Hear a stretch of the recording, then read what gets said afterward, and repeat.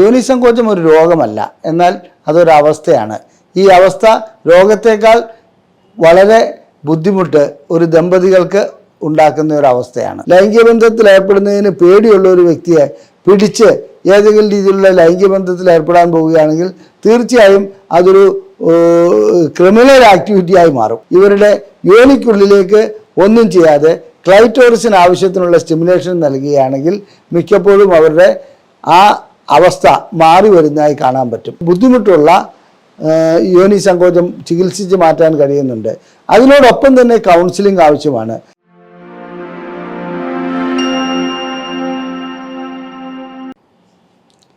ഞാൻ ഡോക്ടർ അജയൻ വർഗീസ്, കുന്നമംഗലം പന്തീർപ്പാടത്തുള്ള institute of sexual and reproductive medicine എന്ന സ്ഥാപനത്തിൻ്റെ ഡയറക്ടറാണ്.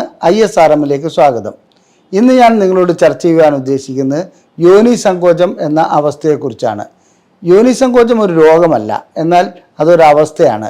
ഈ അവസ്ഥ രോഗത്തേക്കാൾ വളരെ ബുദ്ധിമുട്ട് ഒരു ദമ്പതികൾക്ക് ഉണ്ടാക്കുന്ന ഒരു അവസ്ഥയാണ്.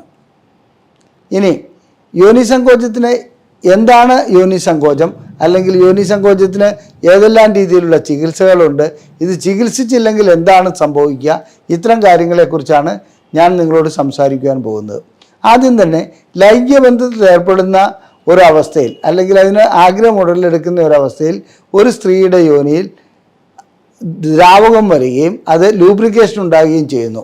അതുപോലെ തന്നെ ലിംഗത്തിനെ ഉൾക്കൊള്ളുവാനുള്ള രീതിയിൽ അത് വികസിക്കാറുമുണ്ട്. എത്ര വലിയ ലിംഗമായാലും എത്ര ചെറിയ ലിംഗമായാലും യോനിക്കുള്ളിലേക്ക് കടക്കുവാനുള്ള ഒരു അവസ്ഥ അവിടെ സംജാതമാകുന്നു. എന്നാൽ യോനിസങ്കോചമുള്ള ഒരു പെൺകുട്ടിയെ സംബന്ധിച്ചിടത്തോളം അവരുടെ യോനി വികസിക്കുന്ന പ്രശ്നമേ ഇല്ല. അത് വളരെ ശക്തമായി അടയുകയും ഒരു മൊട്ടുസൂചിക്ക് പോലും ഉള്ളിലേക്ക് കടത്താൻ കഴിയാത്ത ഒരവസ്ഥ സൃഷ്ടിക്കപ്പെടുകയും ചെയ്യുന്നു. ഇതിൻ്റെ കാരണം ഭയപ്പാടാണ്. ചിലർക്ക് പാറ്റയെ പേടിയുണ്ട്, പിന്നെ പല്ലിയെ പേടിയുണ്ട്, അതുപോലെ തന്നെ മറ്റേ ഒരു മുറിക്കകത്ത് ഒറ്റയ്ക്ക് ഇരിക്കുന്നത് പേടിയാണ്, ഇല്ലെങ്കിൽ ബാത്റൂമിനകത്തിരിക്കുന്നത് പേടിയാണ്. ഇതേപോലെ ഒരു ഭയപ്പാട് മാത്രമാണ് യോനി സങ്കോചം. അപ്പോൾ യോനി സങ്കോചം ഒരു ഗൈനക്കോളജിക്കൽ ഡിസോർഡറേ അല്ല, അത് ഗൈനക്കോളജിക്കൽ ഡിസോർഡറായി അവതരിപ്പിക്കപ്പെടുന്നു എന്ന് മാത്രം. അതേസമയത്ത് ഇതൊരു ഫോബിയയാണ്, ഒരു ഭയപ്പാടാണ്. ഇതിനെ എങ്ങനെ ചികിത്സിക്കാമെന്നുള്ളതാണ്. നമ്മൾ സാധാരണ ഫോബിയെ ചികിത്സിക്കുന്നത്, അത് ഒരു പാറ്റയെ പേടിയുള്ളൊരു കുട്ടിയെ സംബന്ധിച്ചിടത്തോളം രണ്ട് രീതിയിൽ ചെയ്യാൻ പറ്റും. പാറ്റയുള്ള ഒരു മുറിക്കകത്തേക്ക് ആ കുട്ടിയെ നിർബന്ധിച്ച് ഉള്ളിലേക്ക് കടത്തി വിടുക. കുറച്ച് കഴിയുമ്പോൾ ആ പാറ്റ അതിൻ്റെ ചുറ്റുമൊക്കെ ഓടി നടന്ന് കുട്ടിയുടെ പേടി മെല്ലെ മെല്ലെ മാറിപ്പോകുന്നു. അതേസമയത്ത് ഇത് മറ്റൊരു രീതിയിൽ ചികിത്സിക്കുന്നതിന് പാറ്റയെ വളരെ ദൂരെ വയ്ക്കുന്നു. അത് കഴിഞ്ഞിട്ട് കുട്ടിക്ക് ഇഷ്ടമുള്ള ഒരു മിഠായിയോ, ഫോർ എക്സാമ്പിൾ കാഡ്ബറിയോ അങ്ങനെ എന്തെങ്കിലും തുല്യ ദൂരത്തിൽ വയ്ക്കുന്നു. അതിനുശേഷം മെല്ലെ കാഡ്ബറി പുറകോട്ട് കൊണ്ടുവന്നു, പാറ്റയെ മുന്നോട്ട് കൊണ്ടുവരുന്നു. അങ്ങനെ അഡ്ജസ്റ്റ് ചെയ്ത് സെൻസിറ്റൈസേഷൻ വഴിക്ക് ഡീസെൻസിറ്റൈസ് ചെയ്ത് കുട്ടിയുടെ ആ ഭയപ്പാട് മാറ്റിയെടുക്കുന്നു. ഞാനിത് തത്വത്തിൽ പറഞ്ഞെന്ന് മാത്രമേ ഉള്ളൂ, അതൊരു നീണ്ട പ്രൊസീജിയറാണ്. ഈ രീതിയിൽ ഡീസെൻസിറ്റൈസ് ചെയ്യുക എന്നുള്ളതാണ് വാസ്തവത്തിൽ ലൈംഗികമായിട്ട് ഉള്ള ഈ യോനി സങ്കോചം എന്ന ഈ അവസ്ഥയ്ക്ക് നാം കാണേണ്ട പരിഹാരം. ഞാനൊരു കാര്യം പറയാം, ഈ ഡീസെൻസിറ്റൈസ് ചെയ്യുക എന്ന് പറഞ്ഞാൽ അതത്ര എളുപ്പമുള്ള കാര്യമൊന്നുമല്ല. കാരണം ഇത് എങ്ങനെ ഉണ്ടായി, എന്തുകൊണ്ടാണ് ഇത് സംഭവിച്ചത്, അതിനൊക്കെ അടിസ്ഥാനപ്പെടുത്തിയിരിക്കുന്നു. യോനി സങ്കോചം കൂടുതലായും ഡെവലപ്പ് ചെയ്യുന്നത് അതായത് വളരെ 10, 13 അല്ലെങ്കിൽ 12 വയസ്സുള്ളപ്പോൾ വിവാഹത്തെക്കുറിച്ചും ലൈംഗിക ബന്ധത്തെക്കുറിച്ചും ആദ്യം ലഭിക്കുന്ന അറിവിൽ യോനിയിലേക്ക് ലിംഗം കടക്കുമ്പോൾ രക്തം വരും, കഠിനമായ വേദന അനുഭവപ്പെടുമെന്നൊക്കെ ചില കൂട്ടുകാരികൾ പറഞ്ഞു കൊടുക്കും. ഇത് പ്രായപൂർത്തിയാകും തോറും ഇതിനെ ഭയപ്പാടോടുകൂടി മാത്രം കാണുകയും ലൈംഗിക ബന്ധത്തിൽ ഏർപ്പെടുമ്പോൾ ഇപ്പം വേദന ഉണ്ടാവും, ചോര വരും, അല്ലെങ്കിൽ ബുദ്ധിമുട്ടുണ്ടാവും എന്നുള്ളതൊക്കെ ഒന്ന് ആൻറ്റിസിപ്പേറ്റ് ചെയ്യുക. അങ്ങനെ അതിനെ മുൻകൂർ ഒരു വിധിയോടുകൂടി അതിനെ സമീപിക്കുന്നതോടുകൂടി നമ്മുടെ ബ്രെയിനിൽ നിന്ന് തന്നെ, തലച്ചോറിൽ നിന്ന് തന്നെ സിഗ്നൽ വരികയും യോനിയുടെ മസിലുകളെ ശക്തമായി അടയ്ക്കുകയും ചെയ്യുന്നു.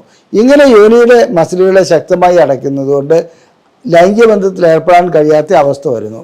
സ്വാഭാവികമായും ആദ്യത്തെ ദിവസമോ അല്ലെങ്കിൽ രണ്ടാമത്തെ ദിവസമോ ഭർത്താവ് സ്നേഹത്തോടെ പെരുമാറുന്നു, പേടി നാളെ ആവട്ടെ മറ്റന്നാളാവട്ടെ എന്നുള്ള രീതിയിൽ പോയിക്കൊണ്ടിരിക്കുന്നു. ഇത് മാസങ്ങളോളം അല്ലെങ്കിൽ വർഷങ്ങളോളം പോകുന്ന ഒരു അവസ്ഥ കണ്ടുവരുന്നുണ്ട്. യോനിക്കുള്ളിലേക്ക് കടത്തുന്ന ഒഴിച്ച് മറ്റേത് രീതിയിലുള്ള ലൈംഗിക ബന്ധത്തിലും അവർ സമ്മതിക്കും.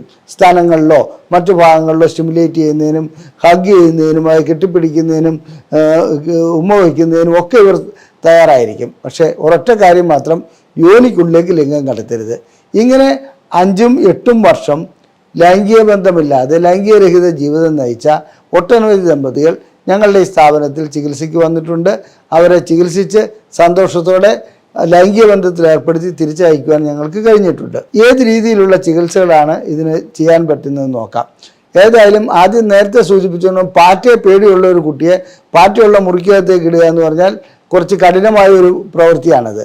അതേപോലെ ഇതിലെ ലൈംഗിക ബന്ധത്തിൽ ഏർപ്പെടുന്നതിന് പേടിയുള്ള ഒരു വ്യക്തിയെ പിടിച്ച് ഏതെങ്കിലും രീതിയിലുള്ള ലൈംഗിക ബന്ധത്തിൽ ഏർപ്പെടാൻ പോവുകയാണെങ്കിൽ തീർച്ചയായും അതൊരു ക്രിമിനൽ ആക്ടിവിറ്റിയായി മാറും. അങ്ങനെ ചെയ്യുന്നതിൽ ഒരർത്ഥവുമില്ല. അപ്പോൾ എവിടെയാണ് ഇവർക്ക് ലൈംഗികതയുണ്ടോ? തീർച്ചയായിട്ടും ലൈംഗികമായിട്ടുള്ള താല്പര്യമുണ്ട്. ഇവരുടെ യോനിക്കുള്ളിലേക്ക് ഒന്നും ചെയ്യാതെ ക്ലൈറ്റോറിസിന് ആവശ്യത്തിനുള്ള സ്റ്റിമുലേഷൻ നൽകുകയാണെങ്കിൽ മിക്കപ്പോഴും അവരുടെ ആ അവസ്ഥ മാറി വരുന്നതായി കാണാൻ പറ്റും. ക്ലൈറ്റോറിസിന് എത്രത്തോളം സ്റ്റിമുലേഷൻ നൽകുന്നു അതനുസരിച്ച് യോനിയിൽ ദ്രാവകം ഉണ്ടാകുന്നു. അതുപോലെ തന്നെ യോനിക്കുള്ളിലേക്ക് ലിംഗം കടത്താൻ കഴിയുന്ന ഒരവസ്ഥ വരുന്നു. ഇത് ഞങ്ങൾ ചില യന്ത്ര സംവിധാനങ്ങളുടെ സഹായത്തോടെയാണ് അത് ചെയ്യുന്നത്. അങ്ങനെ സ്റ്റിമുലേറ്റ് ചെയ്യുന്ന ഒരവസ്ഥയിൽ ബയോതെസ്മിയോമെട്രിയാണ് മീറ്ററാണ് അതിനുപയോഗിക്കുന്നത്. അങ്ങനെ സ്റ്റിമുലേറ്റ് ചെയ്യുന്ന ഒരവസ്ഥയിൽ അവരുടെ യോനിക്കുള്ളിലേക്ക് ഏതെങ്കിലും രീതിയിലുള്ള ഡില്ലോ, വളരെ ചെറുതായിട്ടുള്ള ഡില്ലോ കടത്തിവിടുക. അത് കടത്തിവിടുന്നത് അവർ തന്നെ ആയിരിക്കണം അത് കടത്തേണ്ടത്. മറ്റൊരാൾ കടത്തുന്നതുകൊണ്ട് വലിയ കാര്യമൊന്നുമില്ല. അപ്പം അങ്ങനെ അതിനുശേഷം ഓരോ വലുപ്പത്തിലുള്ള ഡയലേറ്ററുകൾ 1, 2, 3 അങ്ങനെ കടത്തി ഡയലേറ്റർ തെറാപ്പിയിലേക്ക് കൊണ്ടുപോകുന്നു.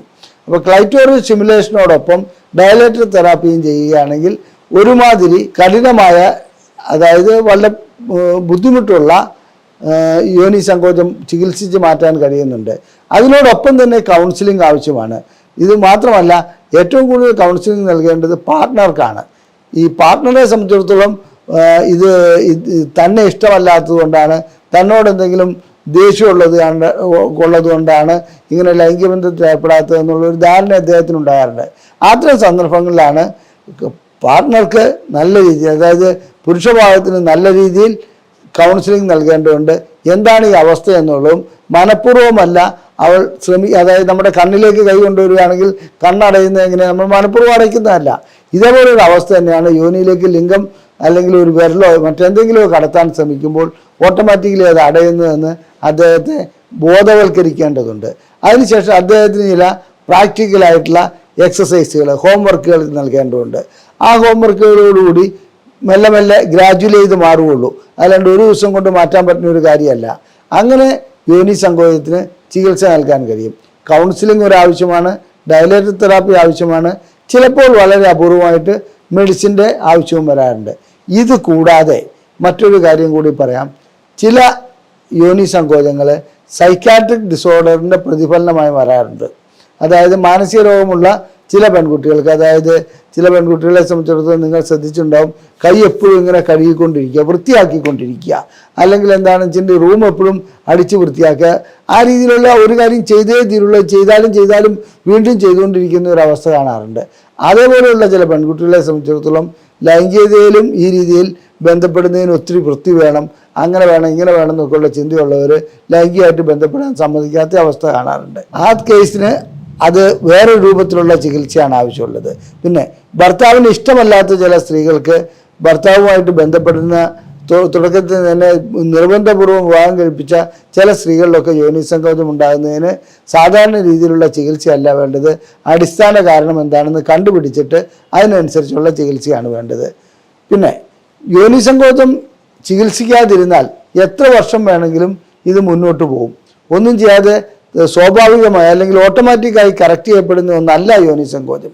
അതുകൊണ്ട് ഏതെങ്കിലും ദമ്പതികൾക്ക് യോനി സങ്കോചമുള്ളതായി നിങ്ങളുടെ അറിവിലുണ്ടെങ്കിൽ അവർക്ക് ഞങ്ങളുടെ നമ്പർ നൽകുക. ഞങ്ങൾ അതിനു വേണ്ട ചികിത്സകൾ നൽകുന്നുണ്ട്. ISRM ലൈംഗികമായിട്ടുള്ള എല്ലാ പ്രശ്നങ്ങൾക്കും പരിഹാരം നൽകുന്ന ഒരു സ്ഥാപനമാണ്. ഞങ്ങളുടെ വീഡിയോ ഇഷ്ടപ്പെട്ടുവെങ്കിൽ നിങ്ങൾ ഷെയർ ചെയ്യുക, അതുപോലെ തന്നെ ലൈക്ക് ചെയ്യുക, നിങ്ങളുടെ കമൻറ്റുകൾ താഴെ രേഖപ്പെടുത്തുക. നന്ദി, നമസ്കാരം.